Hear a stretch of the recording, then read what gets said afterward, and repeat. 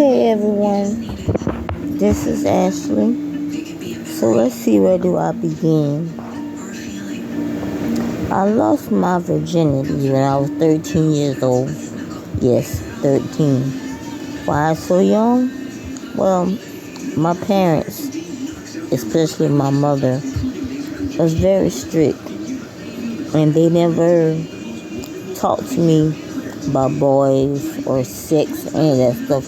So I had to find out on my own. And I did. And that was where everything started off wrong, honestly. Because the guy that I lost my virginity to,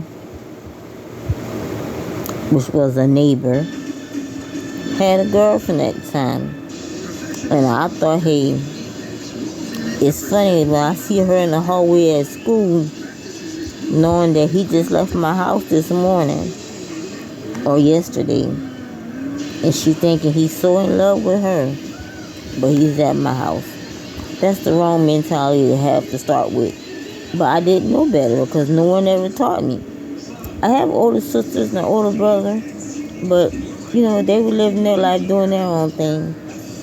And like I said, my parents were strict. They were Jehovah's Witnesses. So if it didn't have anything to do with God, they didn't want to talk about it. So like I said, I started off the wrong way. I was too young to be doing that anyway. And that mentality that I had was horrible. But I didn't know better. No one taught me better. With my parents, it was strictly no boys, no phones, no nothing. That's it. That's all the conversation we ever really had. So when it comes to peer pressure and influence from your friends, that's what drove all this mindset and being so vulnerable and doing at a young age. So parents, I stress to you, please talk to your kids before they talk to their friends. Talk to them about sex and about relationships and how important it is to be married before you have sex. Talk to them about abstinence. Don't be so strict to it your kids don't feel comfortable enough to come and talk to you about things they have questions about. Because I had questions at a young age. Even though I lost my virginity at the age of 13. The question was still there since I was like 10. Tell me something, I want to know. But I never felt comfortable going to my parents, talking to them about boys, about sex and that, because they never made me feel comfortable enough to share that stuff with them. And that was one thing I always promised my kids. I don't care,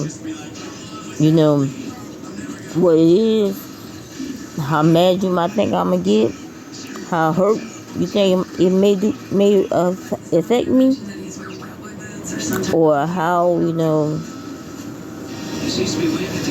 how serious it is. No matter what, if you have a question, come to me before you go to your friends.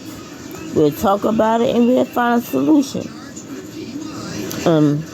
I promise you, my kids, I have 3 kids, 21, 18, and 14 now.